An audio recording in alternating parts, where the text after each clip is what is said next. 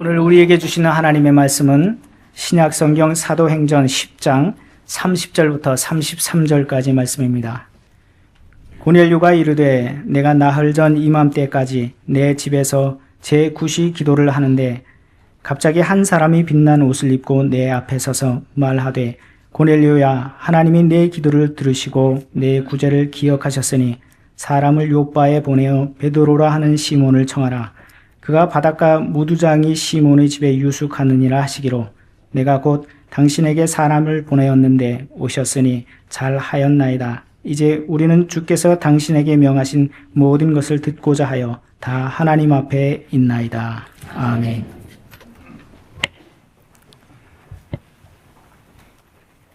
태양을 중심으로 공전하는 지구와 지구 주위를 공전하는 달이 태양과 일직선상에 위치해서 지구에서 볼 때 태양이 달에 의해 가려지는 현상을 일식이라고 합니다.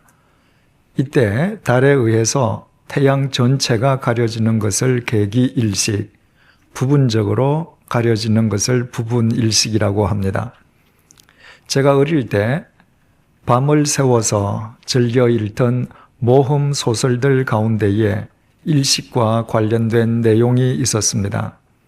주인공 일행이 아프리카를 탐험하다가 식인종들에게 붙잡히고 맙니다. 식인종들은 주인공 일행을 밧줄에 묶어두고 그들이 믿는 신에게 제사를 드리기 위해서 북을 치고 괴성을 지르면서 춤을 춥니다. 그 의식이 끝나는 대로 주인공 일행은 곧 죽어야만 합니다. 그런데 그때 갑자기 주인공 뇌리를 스치는 생각이 있었습니다.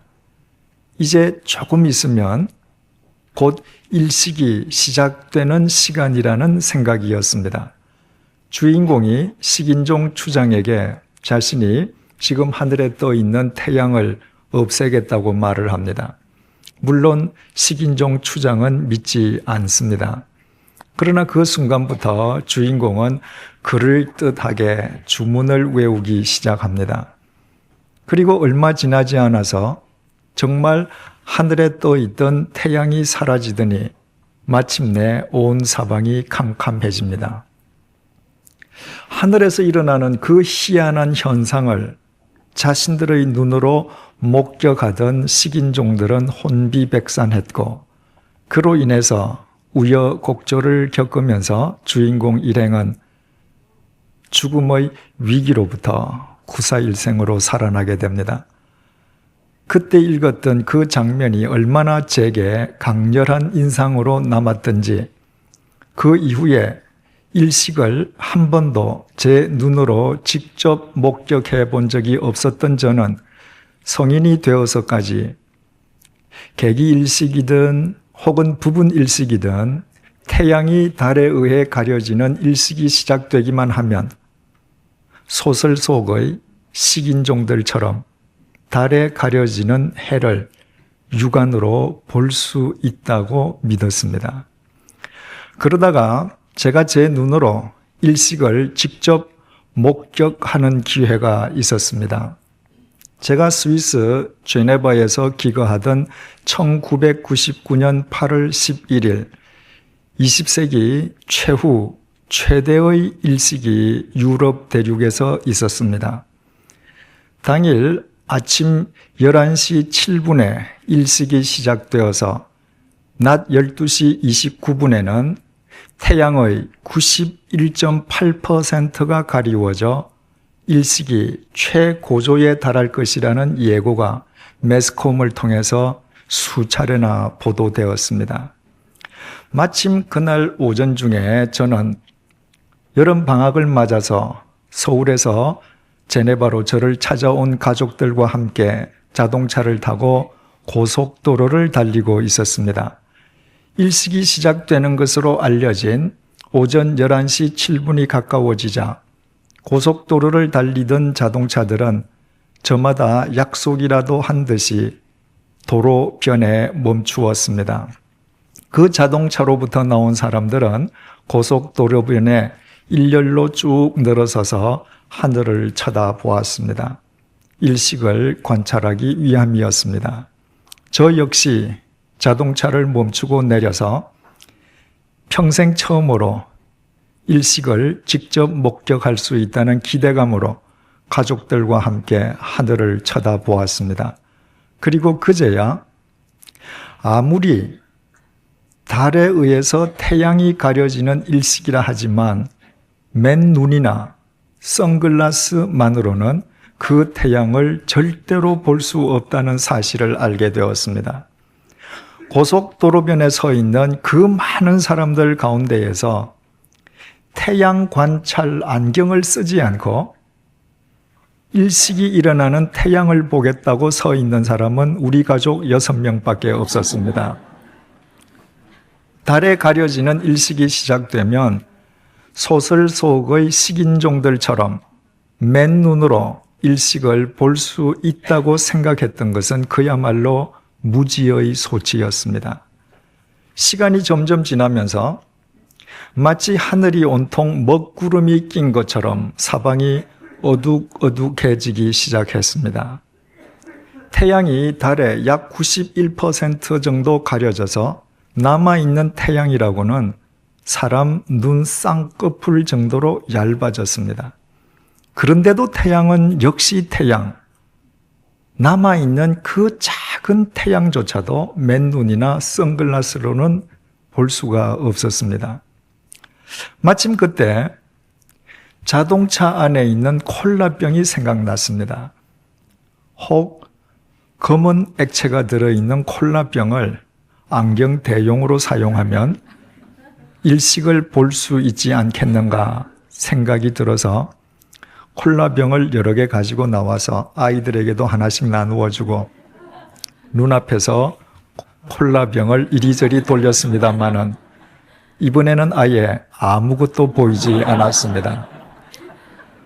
그와 같은 우리 식구의 모습이 얼마나 딱하게 보였는지 옆에 있는 스위스 사람이 자기가 쓰고 있던 태양 관찰 안경을 벗어 주었습니다. 그리고 그 사람은 자기 부인과 함께 안경 하나로 번갈아 가면서 일식을 계속 관찰했습니다. 그분 덕분에 우리 식구 역시 하나뿐인 그 태양 관찰 안경을 차례로 돌려가면서 일식의 신비로움과 장엄함과 황홀함을 두 눈으로 목격할 수 있었습니다. 만약에 그분의 호의가 없었던들 20세기 최후 최대의 일식쇼가 벌어지고 있는 그 일식의 현장에서 우리 식구들은 결코 태양을 볼 수 없었을 것입니다. 태양이 아무리 우리 머리 위에 떠 있어도 태양 관찰 안경이 없이는 태양을 볼 수 없습니다. 반드시 태양 관찰 안경을 착용해야 평소에는 볼 수 없는 태양의 실체를 바르게 볼 수 있습니다. 하나님도 마찬가지이십니다. 우리 눈에 보이지 않는 하나님을 뵙기 위해서는 하나님을 뵐 수 있는 안경을 쓰지 않으면 안 됩니다. 그 안경을 쓰지 않고는 하나님을 달리 뵐 수 있는 길이란 없습니다. 이방인과의 사귐을 절대 금기시하는 유태인의 전통과 관습을 스스로 파괴하고 그로 인해서 같은 동족으로부터 욕 먹는 것을 감수하기까지 이방인 고넬료의 부름을 사양하지 않고 고넬료를 찾아간 베드로가 고넬료에게 물었습니다. 대체 무슨 일로 나를 불렀느냐고 말입니다. 이에 자기 집안 식구는 말할 것도 없고 친구와 친척까지 불러 모으고 베드로를 기다리고 있던 고넬료는 자신이 어떻게 일면식도 없는 베드로를 청하게 되었는지 그간의 경위를 설명하면서 본문 33절 하반절을 통해서 이렇게 끝을 맺었습니다. 이제 우리는 주께서 당신에게 명하신 모든 것을 듣고자 하여 다 하나님 앞에 있나이다. 단 한 줄의 짧은 문장에 불과하지만 이 문장을 곱씹어 볼수록 참으로 위대한 신앙 고백임을 알게 됩니다. 지난 시간에 상세하게 살펴본 것처럼 고넬료는 하나님의 말씀을 단순한 말씀이 아니라 하나님의 명령으로 받아들였습니다. 고넬료는 로마 제국의 직업 군인이었습니다. 군인의 제1덕목은 주어진 명령에 목숨을 걸고 절대 복종하는 것이라고 했습니다. 따라서 고넬료가 하나님의 말씀을 하나님의 명령으로 받아들였다고 하는 것은 바로 그 말씀을 자신의 목숨을 걸고 절대 순종해야 할 절대적인 명령으로 이해했음을 의미한다고 했습니다. 그것이야말로 오직 하나님의 말씀에 의해서만 우리의 삶이 정리되고 진리 위에 영원히 세워질 수 있는 우리 자신이 말씀 앞에서 말씀에 대하여 견지해야 할 참된 신앙의 자세가 아닐 수 없습니다. 오늘 우리가 주시하고자 하는 내용은 고넬료의 뒤이어진 고백입니다. 33절 하반절을 다시 보시겠습니다. 이제 우리는 주께서 당신에게 명하신 모든 것을 듣고자 하여 다 하나님 앞에 있나이다.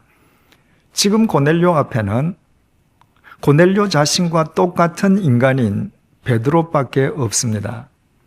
굳이 차이를 따지자면 베드로는 유대인이요, 고넬료는 이방인인 로마 시민일 뿐, 하나님 앞에서 그 두 사람 모두 똑같은 인간이라는 의미에서는 아무 차이가 없었습니다. 그런데도 고넬료는 지금 자신들이 다 하나님 앞에 있노라고 고백했습니다.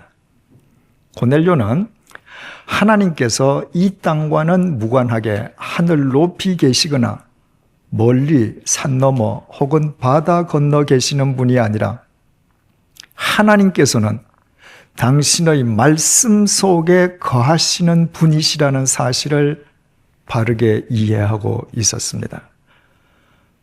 고넬료 당시에는 아직 신약 성경이 기록되기 전이었습니다. 그러므로 고넬료는 지금부터 베드로의 입을 통해 전해질 하나님의 말씀을 하나님과 동일시하면서 지금 다 하나님 앞에 있노라고 고백했던 것입니다. 요한복음 1장 1절이 이렇게 증언합니다. 태초에 말씀이 계시니라.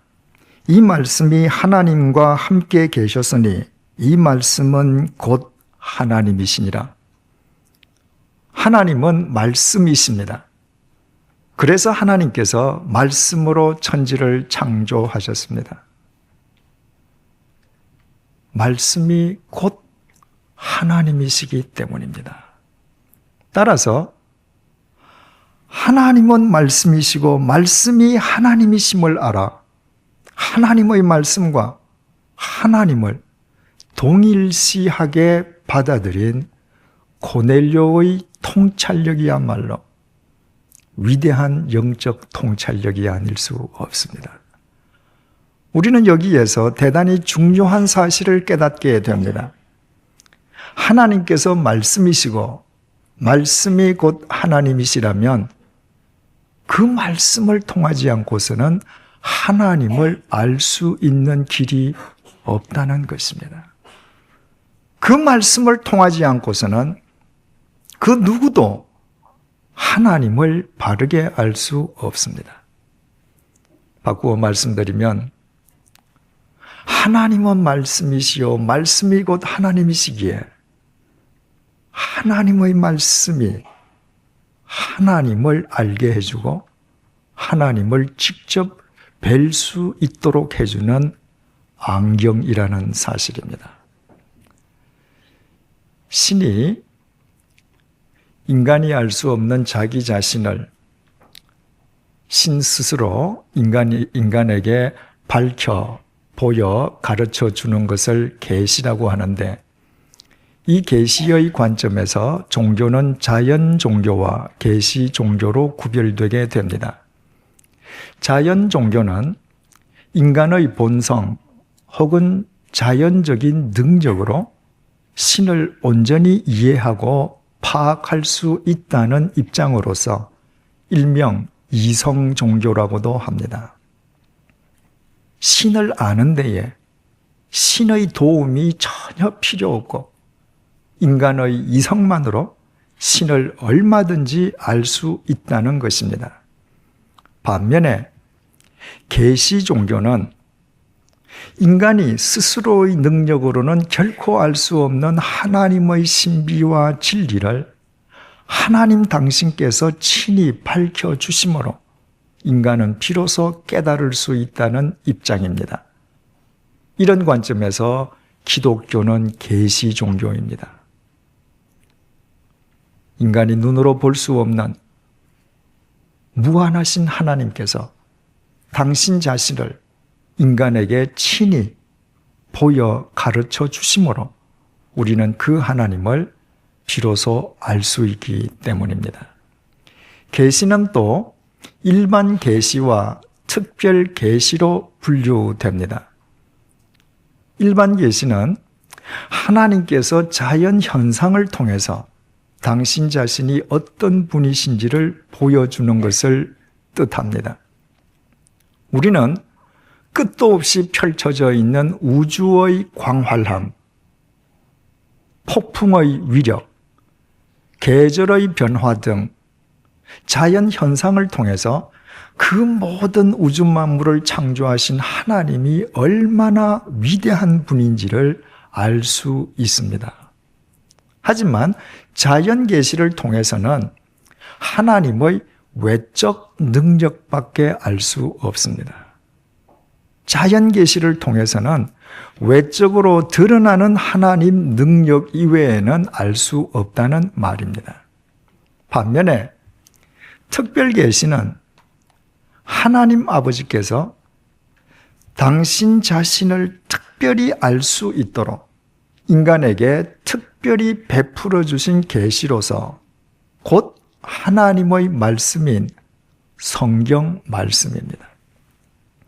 우리는 특별 계시인 성경 말씀을 통해서 하나님의 내적 계시를 알 수 있습니다.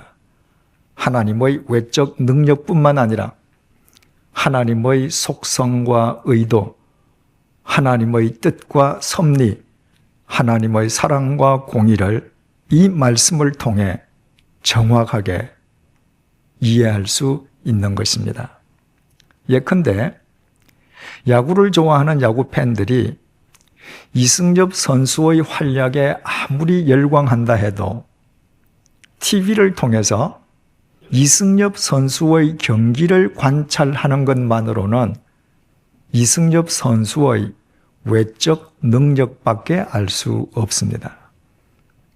그의 스윙이 얼마나 산뜻하고 파워가 있는지, 경기에서 안타를 몇 개 치고 홈런은 몇 개나 치고 수비는 얼마나 잘 하는지 등과 같은 외적 능력 이외에는 알 수 없습니다. 이승엽 선수가 어떤 인간됨됨의 사람인지, 그의 인격이 어떤지, 그의 속내와 그의 생각은 경기를 시청하는 것만으로는 결코 알 수 없습니다.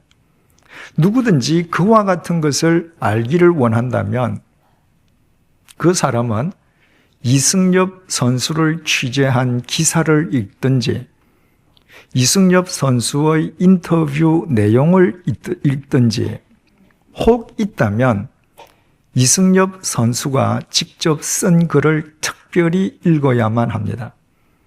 이처럼 외적으로 드러나지 않는 하나님의 내적 계시, 그것을 우리에게 하나님께서 특별히 보여주시고 알게 해주시기 위해서 우리에게 주신 특별 계시가 바로 하나님의 말씀인 것입니다. 아무리 태양이 달에 가려지는 일식이라 할지라도 맨눈이나 선글라스만으로는 그 태양을 절대로 볼 수 없습니다. 태양 관찰 안경을 착용할 때에만 태양의 빛을 차단하고 태양의 실체를 정확하게 볼 수 있습니다. 하나님께서 우리에게 주신 특별 계시인 성경 말씀은 인간들이 하나님을 뵐 수 있게끔 하나님께서 인간에게 특별히 선물로 주신 특별 안경입니다. 그 안경 없이는 인간의 죄와 욕망의 빛으로 인해서 결코 하나님을 바르게 알 수 없습니다.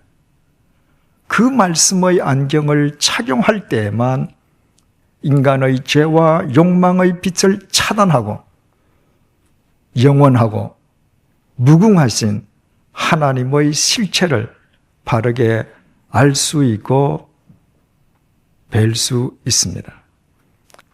바로 그 하나님의 말씀이 인간의 육신을 입고 이 땅에 오신 분이 예수님이셨습니다.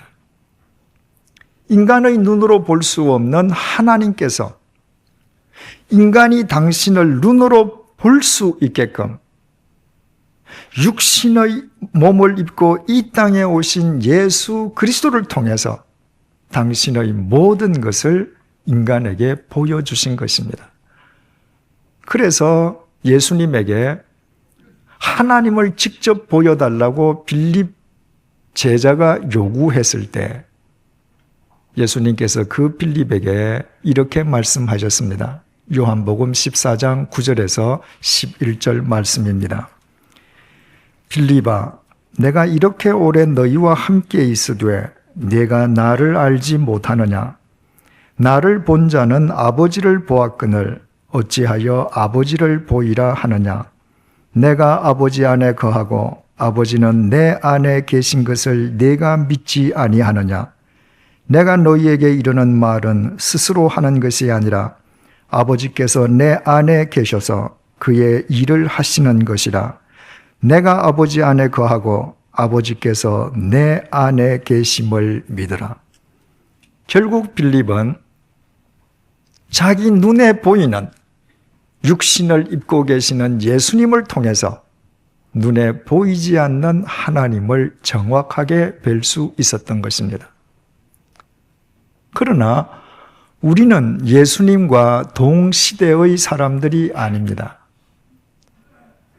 예수님께서는 육신을 입으시고 2000년 전 이 땅을 거쳐 가셨을 뿐 21세기를 살고 있는 우리는 이 세상 그 어디에서도 눈으로 볼 수 있는 육신을 입고 계시는 예수님을 만날 수 없습니다.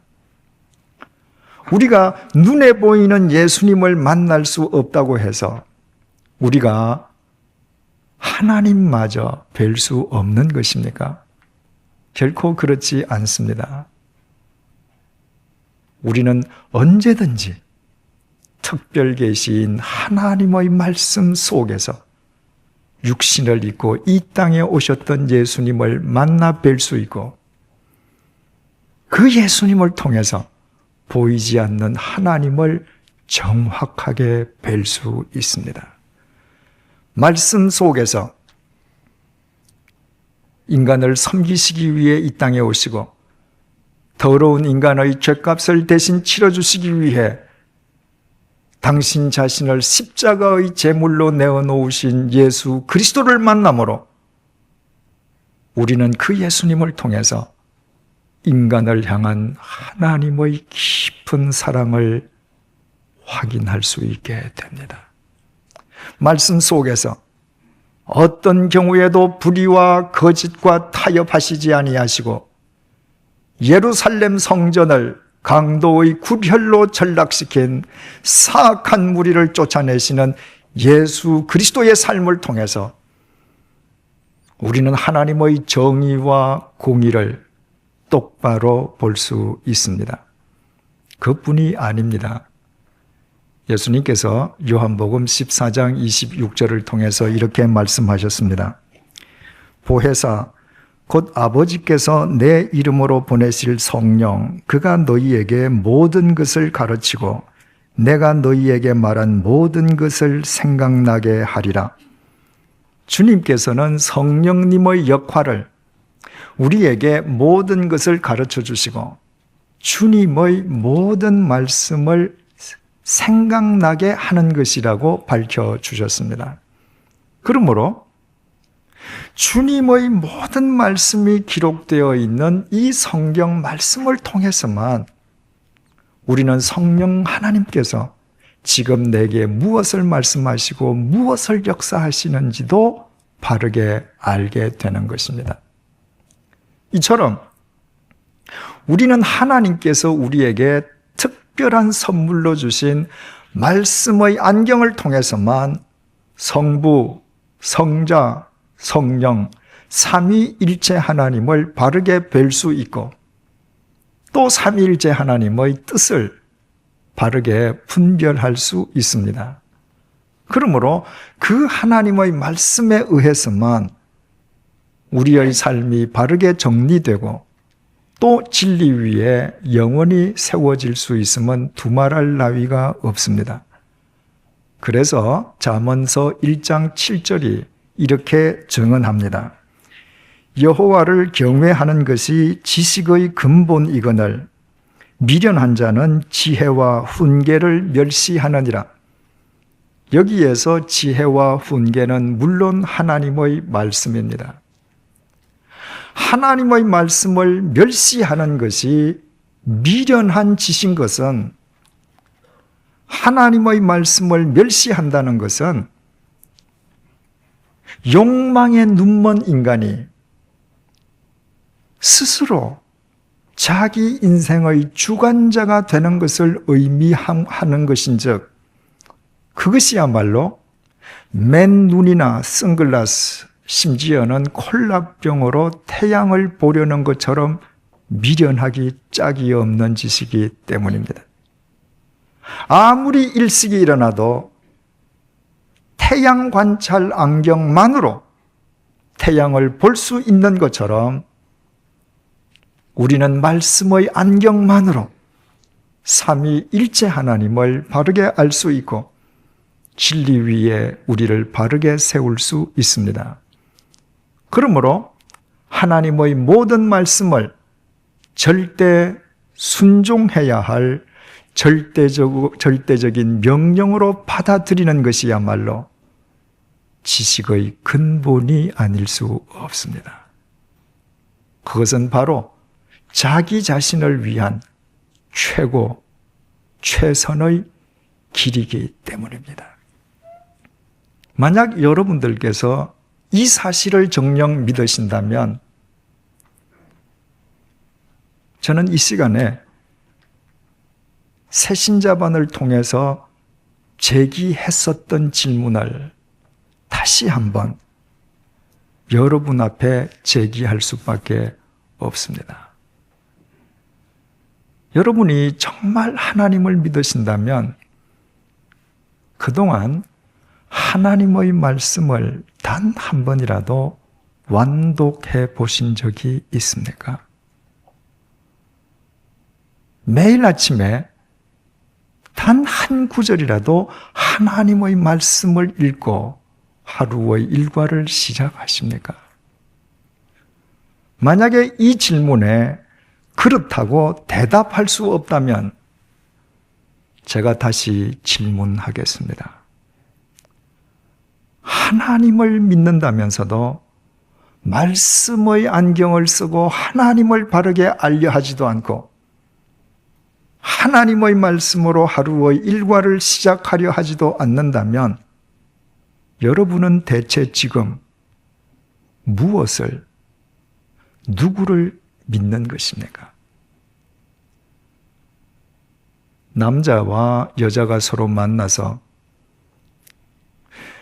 사랑함으로 결혼하기를 원한다면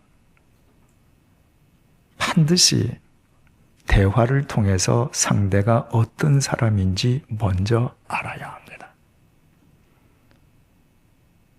상대의 말을 들으므로 상대의 인간 됨됨이가 어떤지, 인격이 어떤지, 그 속내가 어떤지를 알아야만 한다는 것입니다.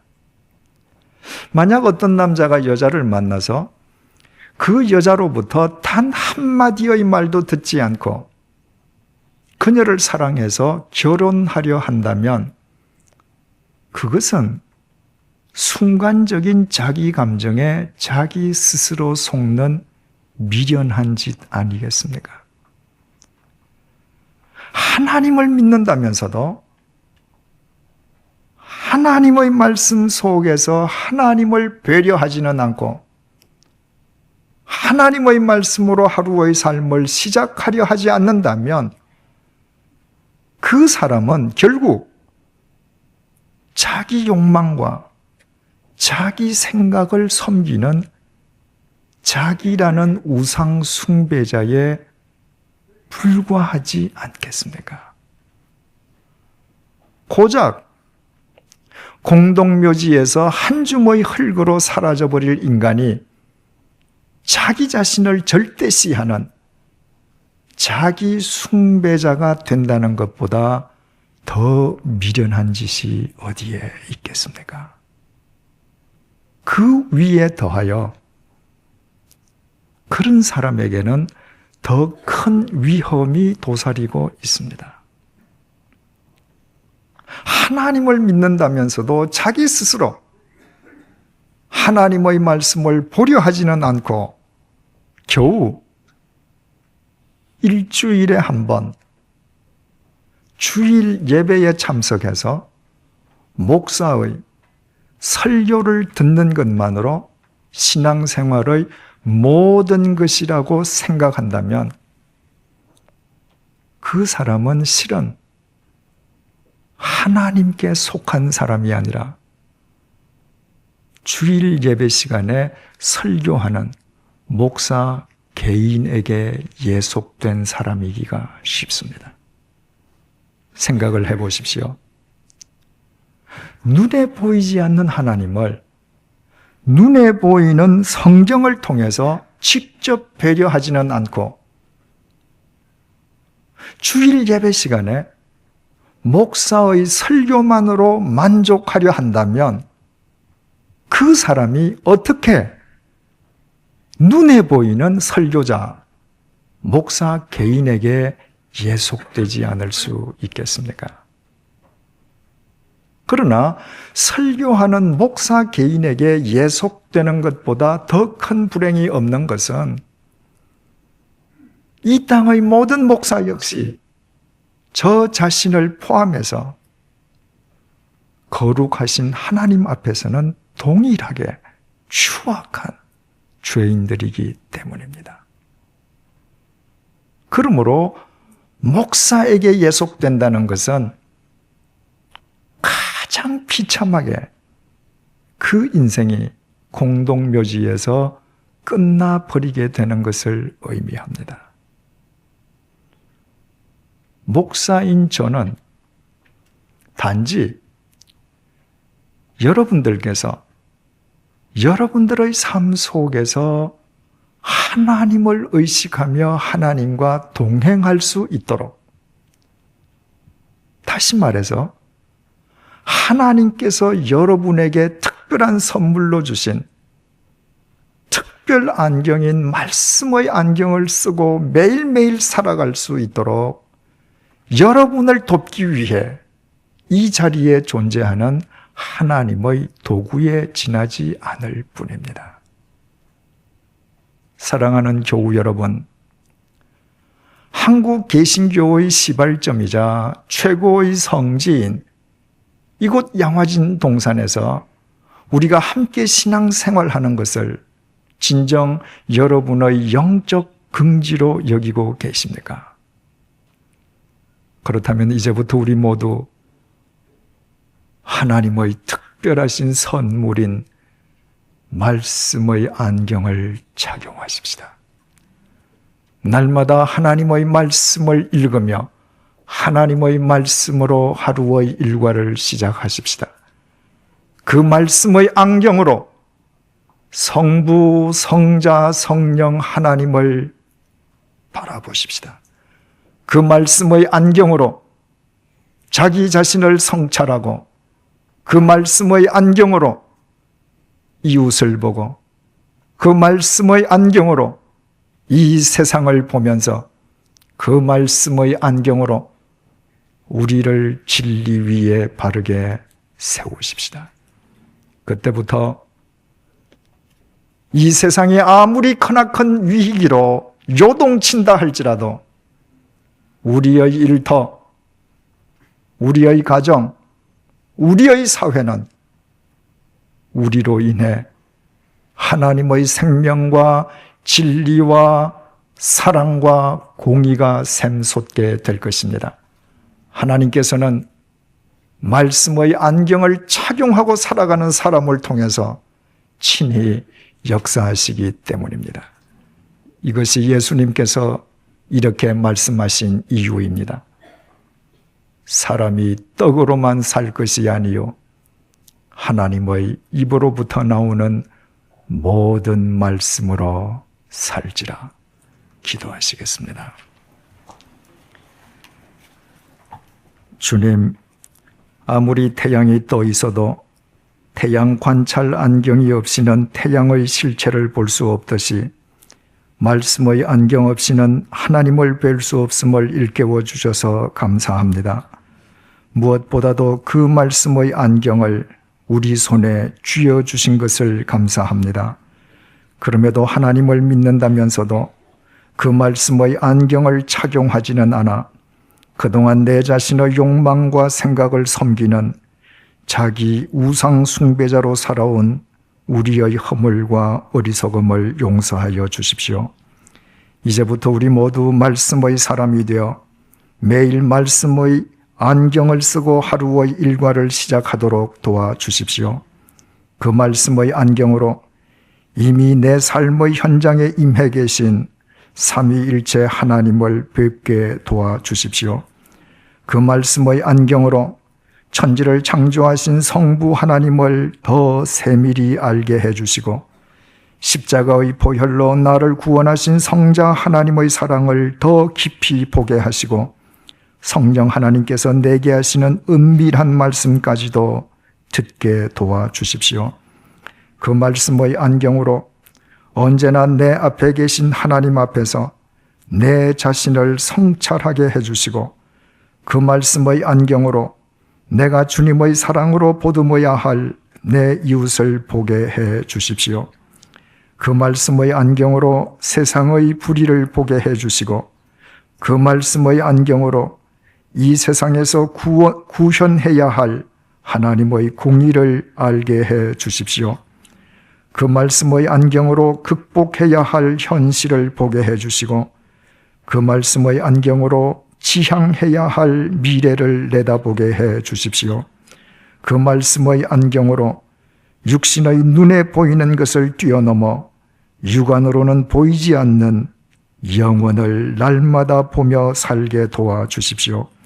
그리하여 우리가 어디에 있든 우리가 두 발 딛고 있는 곳에 하나님의 생명과 사랑 그리고 공의가 꽃피게 하시고 그와 같은 우리의 삶을 통해 인간이 왜 떡으로만 살 것이 아니라 하나님의 입으로부터 나오는 모든 말씀으로 살아야 하는지를 이 세상의 많은 사람이 깨닫도록 역사해 주십시오.